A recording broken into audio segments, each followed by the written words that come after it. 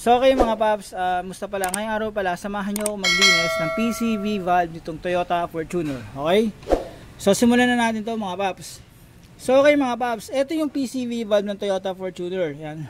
So ayan siya. So importante yung PCV valve kasi ito, hindi ko alam kung kailan to nilinisan o kung nilinis ba yung PCV valve nito dati. So as part ng preventive maintenance, dapat nililinis yan. Kapag kasi barado yung PCV valve, medyo critical yan. May posibilidad na kung barado yan, papansin nyo, pag open nyo ng engine oil cap, masyadong malakas ang usok, hindi nyo alam na sasabihin nila, blow by na, hindi ganun. Basicin nyo muna, baka malay nyo barado yung PCV valve, okay? Okay, pag open yung dipstick, yung talaga sobrang lakas talaga ng usok. So, check nyo PCV valve. So, sa paglinis ito, ganyan lang. Tanggalin natin to. So, ito siya mga paps, ito, yan. Tanggalin ko lang itong pinaka-lock nya.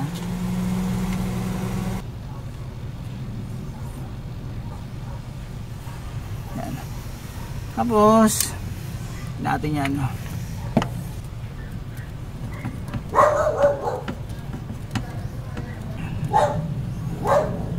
Tatanggalan natin yan. So okay mga paps, ayan, tanggal ko na yung pinaka-hose. Ngayon, matatanggalan natin yung PCV valve. Ngayon ang sukat dito, 22. Yan, gamit kayo ng 22 na open o kaya close range. So ito, meron akong deep socket. Yan, deep socket na 22.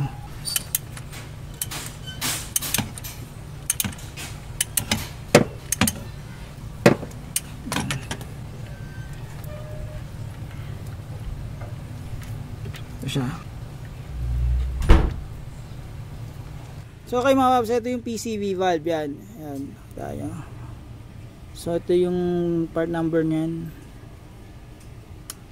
Tapos yan, ito maalog pa naman. Tapos check natin kung okay pa. Yan.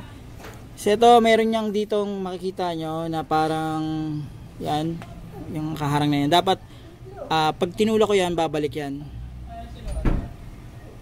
Yan, bumabalik pa naman. Okay. So, ang nangyayari niyan, kapag malakas yung pressure, nakita niyan, itutulak niya itong nasa loob. Parang one-way valve lang siya. Pag tulak niya sa loob, yung mga vapor, lalabas yan dito, babalik yan sa intake manifold. Okay? So, ganun yung niya, yung proseso niyan.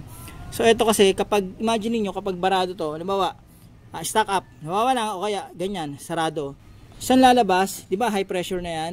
Tapos, saan lalabas yung pinaka-vapor or yung pinaka-usok na nanggagaling sa loob ng natin, ng makina natin. So, ganyan lang siya. Barado, saan lalabas yun, di ba? So, yun yung delikado ron. Pag barado yan, tapos nun, mapapansin nyo, halimbawa barado to, tapos nun, inopen nyo yung engine oil cap o kaya yung dipstick. Pagka open nyo, sobrang lakas ng usok. Sasabihin nyo iba, blow by, i-check nyo muna to. Baka mamaya stack up lang to eh. So, basic lang naman to. Yan. Ngayon, linisin natin yan. Gagamit tayo ng TV cleaner. So ito lang siya. Yan.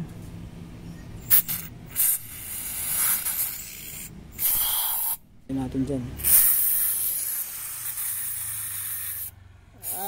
Wala na. Yan. So yun lang. So balik ko na to doon mga paps. So babalik ko na to mga paps. Ayan. So pagbabalik, ganyan lang.